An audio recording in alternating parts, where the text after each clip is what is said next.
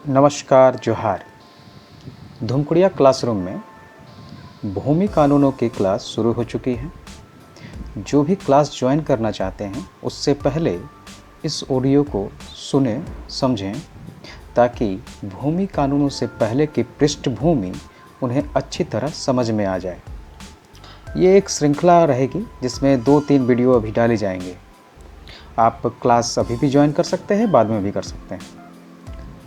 मुगल काल के दस्तावेजों में झारखंड की ऐतिहासिक पहचान के प्रमाण मिलते हैं। एम्पेरियल गजेटियर ऑफ इंडिया में झारखंड की भौगोलिक पहचान इस प्रकार की गई है। Chota Nagpur including the tributary states of Chota Nagpur and Orissa is called Jharkhand in the Akbarnama. इस क्षेत्र को मध्यकाल में विभिन्न नामों से जाना जाता था, जैसे खोखरा, कुकरा, नागदेश, दशारण्य, दोयसा राज्य, छोटा नागपुर आदि। इसे खोखरा या कुकरा इसलिए कहा जाता था क्योंकि यहाँ कुड़ुक बसते थे। कुड़ुक यानी उरांव। नागदेश क्योंकि ये नागवंशियों द्वारा शासित था। दोयसा राज्य क्योंकि दोयसा उनकी राजधानी थी। उत्कल के राजा नरसिंह देव द्वितीय द्वारा 19 सितंबर 1295 को दिए गए दान ताम्रपत्र में झारखंड नाम खुदा हुआ है, जो झारखंड का नाम का प्राचीनतम अभिलेख है। ये ताम्रपत्र उड़ीसा के केंद्रपाड़ा में मिला था। इस दानपत्र में उत्तरी उड़ीसा के राजा नरसिंह देव द्वितीय दक्षिण झारखंड का एक गांव एक ब्राह्मण को दान दे रहे हैं। उड़ीसा के पश्चिम के क्षेत्रों के राजाओं को झारखंडी राजा कहा जाता था। कथा के अनुसार उड़ीसा के राजा जयसिंह देव ने 13वीं शताब्दी में खुद को झारखंड का शासक घोषित किया था। 15वीं सदी के अंत में एक बहमनी सुल्तान ने झारखंड सुल्तान या झारखंडी शाह की पदवी ग्रहण की थी। इसका अर्थ यह है कि उस वक्त मध्य प्रदेश के जंगल क्षेत्रों को भी झारखंड के नाम से जाना जाता था। झारखंड नाम का यह क्षेत्र काफ़ी विस्तृत था, जिसमें छत्तीसगढ़ और मध्य प्रदेश के क्षेत्र भी आते थे। लेकिन मध्यकाल के बाद का इतिहास बताता है कि उस दौरान ही झारखंड की अवधारणा एक क्षेत्र विशेष के रूप में सिकुड़ने लगी। पंचेत से लेकर राजमहल तक का क्षेत्र झारखंड के नाम से जाना जाने लगा। उसमें रोहतास के किले से राजमहल के गंगा किनारे तक का क्षेत्र शामिल था। यद्यपि छोटा नागपुर में लोगों के बसने का लंबा इतिहास है, लेकिन इनके पास देश के दूसरे भागों की केंद्रीय सत्ता शासन का कोई इतिहास नहीं रहा है। नागवंश की स्थापना भी मुंडा राजा मदरा मुंडा द्वारा फणिमुकुट राय को शासन देने से हुई, जो आपसी सह अस्तित्व का उदाहरण है। शासन की कोई मजबूत केंद्रीय प्रणाली नहीं थी। विभिन्न आदिवासी समुदाय अपने अपने गांवों पर अपने पारंपरिक रीति रिवाजों से शासन कर रहे थे। मुगल साम्राज्य के दौरान स्थानीय शासक की औपचारिक निष्ठा प्राप्त की गई थी, लेकिन ये कभी भी गांवों में गहराई तक नहीं पहुंची। न ही प्रत्यक्ष नियंत्रण मुगलों ने प्राप्त किया। 1556 ईस्वी में दिल्ली के सिंहासन पर अकबर का काबिज होना छोटा नागपुर या झारखंड के इतिहास में एक नया अध्याय खोलता है। मुगलों द्वारा इसे कुकरा भी कहा जाता था। यहाँ की नदियों में हीरे मिलना मुख्य आकर्षण था मुगलों के लिए। एस.सी. रॉय के अनुसार सम्राट अकबर के शासनकाल के 13वें वर्ष तक कुकरा यानी छोटा नागपुर मुस्लिम शासकों से स्वतंत्र रहा। 1585 ईस्वी में अकबर ने शाहबाज खान तुर्बती के नेतृत्व में एक अभियान दल भेजा, जिसने छोटा नागपुर के राजा को एक मुगलों के अंधेर लेकर आ गया। आईने अकबरी में उल्लेख है कि छोटा नागपुर या कुकरा को बिहार के सूबा में मुगलों ने शामिल कर लिया था।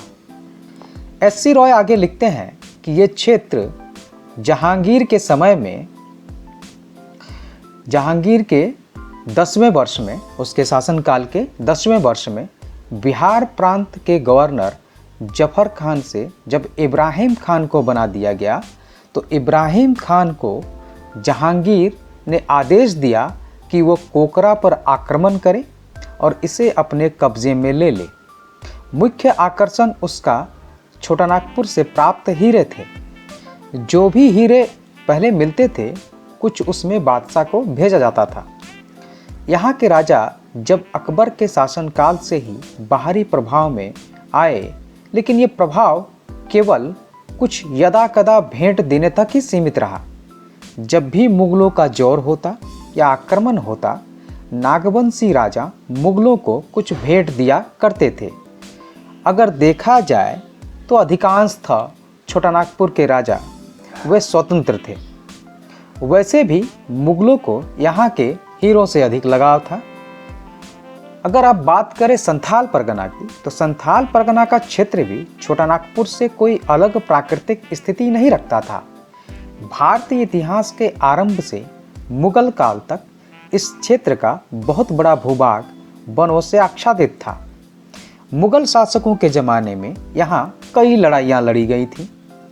1592 में अकबर के सेनापति और मंत्री राजा मान सिंह ने राजमहल को बंगाल की राजधानी बनाया था, लेकिन बाद में इस्लाम खान यहाँ से राजधानी को उठाकर ढाका ले गया।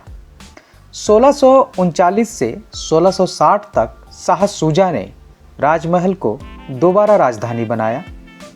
प्रारंभ से इस क्षेत्र के मूल निवासी पहाड़िया रहे हैं। उन्हें मालेर या सोरिया पहाड़िया कहा जाता है। यह लड़ाकू और बहादुर जनजाति रही है। मुगल काल के शासकों के लिए पहाड़िया जनजाति सबसे बड़ा सिरदर्द थी। ब्रिटिश हुकूमत को भी इस क्षेत्र पर कब्जा करने के लिए नाको चने चबाने पड़े थे। राजमहल से दक्षिण उधवा नाला के पास 1763 में मेजर एडम्स की ब्रिटिश सेना और मीर कासिम की सेना के बीच भिड़ंत हुई, जिसमें अंग्रेजों ने जीत हासिल किया था। इस क्षेत्र में अंबर और सुल्तानाबाद नामक दो छोटी जमींदारियां मौजूद थी, जो बाद में पाकुर राज और महेश राज यानी महेशपुर राज के नाम से प्रसिद्ध हो गई। अंग्रेजों ने कृषि को बढ़ावा देने और जंगलों को साफ करने के लिए संथाल परगना के पहाड़ी क्षेत्र और दामिन इको क्षेत्र में संथालों को बसाना शुरू कर दिया था। अंग्रेजी हुकूमत अपनी राजनीति व रणनीति के अनुसार संथालों के आगमन को विशेष प्रोत्साहन और सहयोग देती थी। कारण था, पहाड़िया जनजाति जो वहाँ पर पहले से रहती आ रही थी, उन्होंने अंग्रेजी राज का खूब जोर विरोध किया।